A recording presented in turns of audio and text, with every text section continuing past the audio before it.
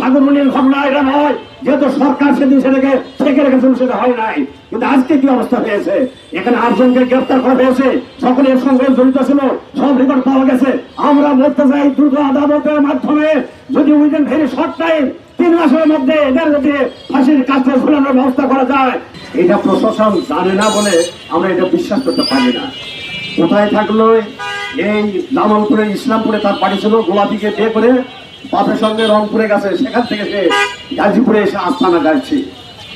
আজকে দেখলাম খুলনার একজন, পাবনার ফরিদপুরের একজন, কুমিল্লা, তারপরে শেরপুরে নকলাল, এইভাবে কয়েক জায়গা থেকে তারা একত্রিত হয়ে এই কাজগুলো করত। যে ঘটনাটা সেদিন ঘটেছে আপনারা সকলেই জানবেন, দেখছেন, ছেলে 30 সালের একজন ভাই সেখানে আসছিলেন এবং ব্যাংক থেকে টাকা উঠে নিয়ে যাচ্ছিল 25,000 টাকা। গোলাপির ট্রাফিক করে এই ছেলেটাকে সেখানে তাকে টাকা নিয়ে ছেলেছেনি যখন হচ্ছিল, এই মুহূর্তে আসাদুজ্জামান তিনি এখানে এই ভিডিওটা তিনি ধারণ করছিলেন। অনেক ধস্তাধস্তির পরে যখন ওই ছেলেটা পালিয়ে গেছে, আর যেহেতু এইটা তাদের রেকর্ডে চলে আসছে, গোটা দেশে বিস্তৃতি লাভ করবে, জনগণ জানতে পারবে এই যে আমাদের আসাদুজ্জামান রতন ভাইকে হত্যা করা হয়েছে। প্রিয় ভাই, আজকে দেখেছি আমি যে বাংলাদেশের আগে দেখুন 8,000 প্রায় সরকারি অস্ত্র এখনো উদ্ধার করা সম্ভব হয় নাই।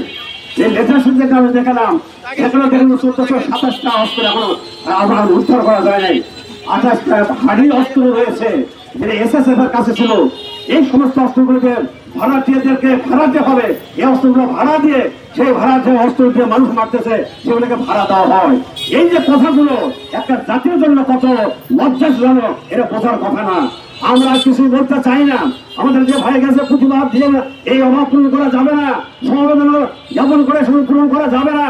আমরা গভর্নমেন্টকে বলতে চাই, গভর্নমেন্ট যেই হন না কেন, ভয় পারবেন না হলে গভর্নমেন্ট আবার রিপ্লেস করতে হবে। আপনারা ছেড়ে দেন, অন্যদেরকে দিয়ে দেন, কেন আপনারা পারবেন না? তাই আমরা বলতে চাই সাগরমণির ঘটনা এটা নয়, যেহেতু সরকার সেদিন সেটাকে থেকে রেখেছিল সেটা হয় নাই। কিন্তু আজকে কি অবস্থা হয়েছে, এখানে 8 জনকে গ্রেফতার করা হয়েছে, সকলের সঙ্গে জড়িত ছিল, সব রেকর্ড পাওয়া গেছে। আমরা বলতে চাই দ্রুত আদালতের মাধ্যমে যদি উইদিন ভেরি শর্ট টাইম 3 মাসের মধ্যে এদের যদি ফাঁসির কাছে ঝুলানোর ব্যবস্থা করা যায়, তাহলে এই ধরনের ঘটনার পুনরাবৃত্তি ঘটবে না।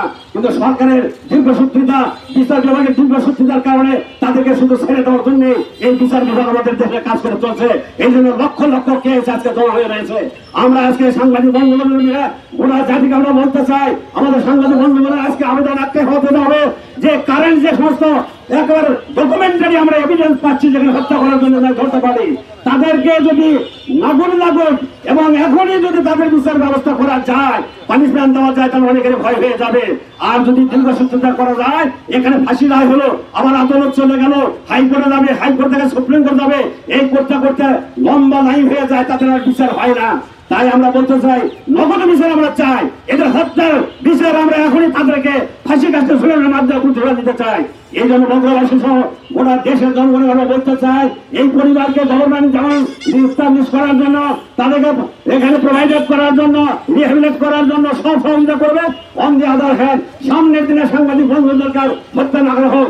সাংবাদিকেরা যেভাবে আজকের দিন জীবনের ছুটি ভাসি রেখে তারা এই সমস্ত তথ্য সংগ্রহ করে থাকে, আপনার গোয়েন্দা বিভাগ কোথায় যায়? পুলিশের গোয়েন্দা বিভাগ স্টল করতে সরকারের বিরুদ্ধে সমালোচনা হচ্ছে, ষড়যন্ত্র করা হচ্ছে, আপনারা ধরে নিয়ে গেছেন।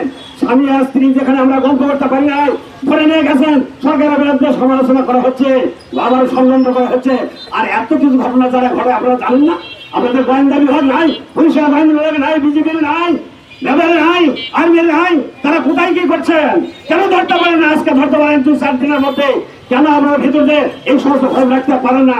জাতি আজকে আশা করে এই দেশটাকে এইভাবে যেভাবে আজকে ধ্বংসের দূর প্রান্তে তার প্রান্তে নিয়ে যাওয়া হয়েছিল, সেখান থেকে জনগণের রক্তের বিনিময়ে আজকে ফিরে আসছে।